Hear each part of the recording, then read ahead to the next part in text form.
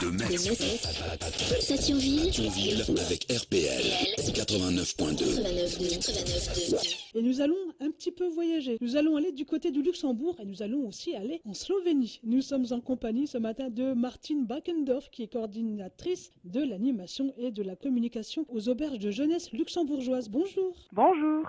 Alors nous sommes ensemble pour découvrir une randonnée. C'est en Slovénie. Mais avant cela, est-ce que vous pouvez nous parler des auberges de jeunesse? Qui êtes-vous et quel est votre rôle? Oui, bien sûr. En fait, les auberges de jeunesse au Luxembourg, c'est une association sans but lucratif, donc une ASBL. Et nous sommes membres même dans la Fédération internationale qui regroupe plus que 4000 auberges dans le monde, dans plus que 90 pays, effectivement. Donc on est vraiment un grand réseau, une grande famille, on peut dire. Et on offre des activités, bien sûr aussi l'hébergement et de la restauration aussi pour les touristes, pour les jeunes, pour tout le monde en fait. Tout le monde peut venir dans ces auberges, que l'on soit français, luxembourgeois ou tout autre limitrophe. Tout le monde vient. Tout le monde est bienvenu. Oui, tout le monde est bienvenu chez nous, soit la nationalité, soit l'âge. Donc on n'a plus de limitage, même si le mot auberge de jeunesse est encore un peu dit qu'on est juste ouvert aux jeunes, mais c'est pas vrai. On est effectivement entre-temps ouvert à tout le monde, donc à toutes les personnes qui se sentent jeunes dans leur cœur. Alors beaucoup d'activités sont proposées à l'auberge de Luxembourg, comme par exemple il y a de l'escalade en salle, de la randonnée à pied, de la découverte en VTT ou encore des anniversaires pour les enfants. Alors vous nous proposez également une randonnée en Slovénie. Ce sera du 16 au 24 septembre. C'est une destination incontournable qui est au programme des auberges de jeunesse luxembourgeoises pour 2017. Est-ce que vous avez déjà fait les années précédentes des grands voyages comme celui-ci? Oui, on avait dans le temps, il y a une vingtaine d'années, on avait fait effectivement chaque année des voyages réguliers, puis on s'est arrêté et on a recommencé en 2015 avec un vrai grand défi, c'était le Kilimandjaro qu'on a fait. Donc c'est maintenant la Slovénie, c'est pas si haut, mais le Kilimandjaro c'était effectivement notre première destination pour refaire encore une fois nos voyages et voilà, donc c'était un succès fort et voilà, on voulait continuer avec les voyages et cette année-ci, on propose, comme vous dites, la Slovénie, qui est absolument géniale. Alors pourquoi la Slovénie? Ça change complètement du Kilimandjaro, c'est moins haut, comme vous l'aviez dit. Oui, c'est moins haut, donc effectivement c'est un voyage qui est accessible à plus de monde, car le Kilimandjaro, c'est quand même un très très grand défi, donc on voulait être ouverte aussi quand même à un plus grand public, donc comme c'est un pays merveilleux pour faire des randonnées pédestres, comme notre association a aussi le but de faire beaucoup de randonnées pédestres, donc on a choisi la Slovénie d'une fois pour le pays merveilleux, avec ses sentiers vraiment chouettes pour faire des randonnées, mais d'autre part aussi, on a vraiment de bons contacts aussi avec nos amis des auberges de jeunesse en Slovénie. Donc, on avait discuté une fois pour peut-être faire un voyage chez eux. Et voilà, donc, on a pris l'occasion maintenant cette année-ci et on offre ce voyage à tout le monde. Faites-nous découvrir un peu ce petit pays aux superbes paysages. C'est grand, c'est petit, c'est vallonné, c'est... Oui, c'est un peu de tout. Bon, en fait, comme notre voyage dure que 9 jours, inclus avec le transport, on n'a bien sûr pas le temps de découvrir toute la Slovénie. Donc, on va pas faire la côte, par exemple, mais on reste vraiment dans la nature. Et on commence dans la vallée de la Socha. Donc, Socha, c'est une fleuve qui est absolument fantastique, où on peut faire aussi du rafting, par exemple, ce qu'on va faire aussi. Comme la fleuve est un peu plus aventureuse, mais elle a des couleurs super belles. Et puis, on va aussi au parc national de Triglav, qui est une des plus anciennes réserves naturelles de l'Europe. Et là, on voulait quand même faire une petite montagne, même si c'est pas le Kilimandjaro, mais on fait la montagne la plus haute de la Slovénie, qui fait presque 3000 mètres. Quand même. Donc là, on a aussi un peu la possibilité de faire une via ferrata, donc les gens qui le veulent, hein. On a deux options.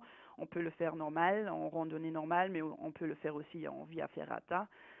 Et puis voilà, il faut absolument passer aussi à la capitale de la Slovénie, donc Ljubljana. qui sera la clôture de notre voyage et qui est bien connue aussi comme ville verte. Donc, ils sont vraiment fortes au développement durable. Alors, c'est une randonnée sur 9 jours, c'est quand même pas mal. Il faut bien entendu, je pense, certaines conditions pour pouvoir participer. Oui, il faut quand même avoir l'habitude de faire des randonnées pédestres. Donc, si je peux pas marcher 3-4 jours affiliés, c'est pas la bonne condition. Donc, il faut avoir une bonne condition physique, donc, et être sûr qu'on peut marcher 3 jours. 3 jours minimum. Oui, voilà, Oui. minimum. Voilà, oui. Quel est le prix de ce voyage? Oui, le prix s'élève à 995 €. Et là, il y a les transferts, bien sûr, qui sont inclus. On part à Luxembourgville, donc à partir de l'auberge de Luxembourgville en bus. Et voilà, l'accompagnateur est inclus, les randonnées guidées en montagne sont inclus, la randonnée pédestre dans la vallée de la Socha, le rafting, la visite de Ljubljana est inclus, et bien sûr aussi les nuitées en pension complète. Alors, si je ne me trompe pas, il y a presque 1000 km pour aller jusqu'en Slovénie en partant du Luxembourg. Comme je disais, ça fait 1 € du kilomètre. C'est pas cher. Oui, on pourrait dire ça, oui. On peut dire ça comme ça. Oui. Combien de participants avez-vous déjà et surtout, est-ce qu'il reste encore des places? Oui, il y reste encore des places, donc on a environ une dizaine de participants et on peut aller jusqu'à maximum 20 personnes pour garantir vraiment une bonne qualité aussi pour que tout le monde peut vraiment profiter de ce bel voyage. Un voyage qui se fera en bus. Oui, précise. voilà, c'est ça, oui. Ouais, on a réfléchi beaucoup, mais le bus c'était le plus pratique pour avancer le plus vite, même si on a l'impression qu'on n'avance pas vite en bus, mais effectivement, les lieux où on va, c'est plus pratique en bus. Alors, pour ceux qui désirent relever le défi, on s'inscrit où, on paye quand et on paye comment? Bonne question. On s'inscrit chez nous à la centrale administrative des auberges de jeunesse. Donc, sur animation@youthhostels.lu et on paye dès qu'on est inscrit, on va envoyer des factures. Donc, voilà, là, il y a toutes les informations pour payer. C'est aussi sur cette adresse que l'on peut retrouver toutes les informations concernant et les auberges de jeunesse, mais aussi le grand défi slovène. Oui, voilà. Bah, vous pouvez aussi vous informer sur le site internet, donc le www.youthhostels.lu. Vous ferez partie, vous, Martine, du voyage? Oui, moi je suis la guide en fait. Ah, voilà. Oui.